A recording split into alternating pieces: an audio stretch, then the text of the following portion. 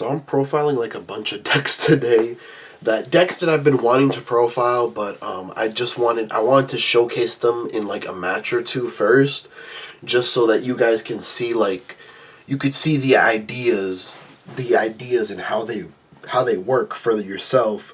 But I haven't had the time to record extra match videos outside of locals. I know I try to take a different deck to locals every day, but I always can't get quite what I want out of locals. So I'm just gonna profile this now. Originally Bastion, I really didn't like Bastion. Like Bastion was one of the decks that I just like. I know it's strong, but like it just has so many cards without shields. Like the deck is based around grade 3s, and I just really didn't like that. But like now, set 4 Bastion, I feel like it's gotten to a point to where I found a playable version of the deck that I enjoy to play, that I feel like I can do well with if I take it to an event. So first off, we're going to start with the Bastions. For the grade 4, your whole deck revolves around him, and then you're maxing out on grade 3 Bastion, the Persona Rad. Ooh, let me see if I can fix that. Yeah, there we go. That's a little darker, but I just wanted to fix that. So you want to max out on your Bastion names, because for the cost of grade 4 Bastion, you need to have Bastion to either Soul Blast or discard. So that's why you're maxing out on Bastions. I've seen people put this guy to 2. I've seen people play only 2 of him. I just feel like it's just very necessary to max out on your Bastions for the grade 4's cost. On to the other grade 3s. I am playing 3 of Fasado. Fasado used to be like a very integral portion of this deck. Now I feel like technically you could cut him. I like to keep him in there at 3 because he can't be targeted, and that's just really good versus some decks. This deck is very fragile to like massive board wipes. Like if you're doing like a pop here or there, like it could still play the game, but like against Barrel Magnus, like if it's just like a massive board wipe and you just don't have follow-up, you just like lose. Like almost like automatically you lose the game. Or like, like this is just like a very important card against like decks like Gravidia, decks like Prison, that can just, mass snipe your units.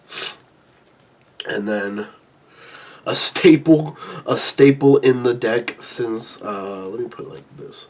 A staple in the deck since set 1, playing 4 Alden. He is your draw power of the deck. He is a very powerful attacker. You need this card at 4. He's the best card to random top call if your opponent got a crit, or your opponent pushed you to 2 damage on your grade 2 ride, because you just get so much free advantage off of him. You get extra attackers. It's just very important you play 4 of this card. And then basically what I like to call his little brother is you're playing 4 of the Angel. The Angel in the back row is basically like an 18k, 20k booster. In the front row, the Angel lets you like draw a card, so that's why I'm maxing out on the Angel. If I'm not able to do double Alden, I'll be doing Alden and then restand the Angel for the draw, just because I really like drawing in this deck, because I want to draw into much shield as possible, because the way I feel like this deck is set up, or at least the way that I feel like Bastion is like the type of deck to where it's like grade 3 Bruce. Whereas like if it survives long enough, just those 5 attacks kill you, because they're just 5 attacks, and they're 5 really powerful attacks. So that's why I'm trying to max out on my draw power. I'm trying to max out on my shield value. And moving on, this is the only order I play in the deck. I play 4 of Pride of Protect. This is the order that you play it once for a discard, and it gives you for the rest of the game. It's a set order. It gives the rest of the game your grade 3's game boost. And that's why I'm running it at 4. Originally I was running it at 3. It's just I really want to see it. It's very important that you see this card at least by turn 4, because of grade 4 Bastion's ability to restand all grade 3s and give them 10k is just very important and integral to get those very powerful like 48k, 50k, 60k lines off of this card because you have boost. Versus the dragon, you have to Soul Blast 2 and you have to have the dragon. This, you pay 1 discard 1 time, you have it for the rest of the game. And if you have extra copies of it, you could pitch it. You could pitch it for grade 3 Bastion, you could pitch it for PGs, you could pitch it, like, that's why I feel like running 4 is just necessary to see it. And for the last grade 3 that we are running in the deck, I'm running 4 of the new 12k dragon. This is better than the grade 3 shield card that we had for Bastion, because it only worked with grade 3 Bastion, versus this one. This one's a 10k shield if you're on grade 2 and up, but if you're on grade 4, it's a 20k shield. So that's why I feel like, again, in decks like this, where you're running, what? Let me see here. This is 6, 10, 14, 18. 18 plus 8 is... 18 plus 8, what? 26? You're running 26 cards without shield value. Or no, well, technically, like, minus these guys. So, what? 22? Yeah.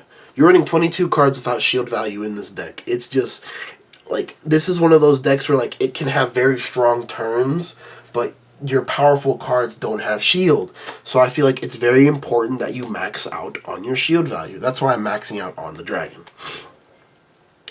And then, nothing much to talk about. 4 PGs. The way I like to play this deck is for Mulligan, if I open with a PG, I like to keep it.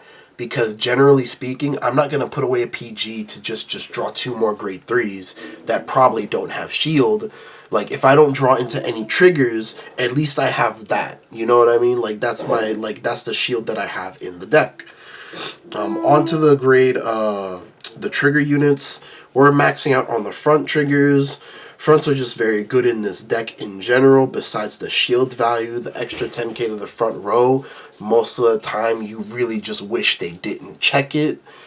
And again, maxing out for the shield value. And then 4 heal triggers, really not much to say there.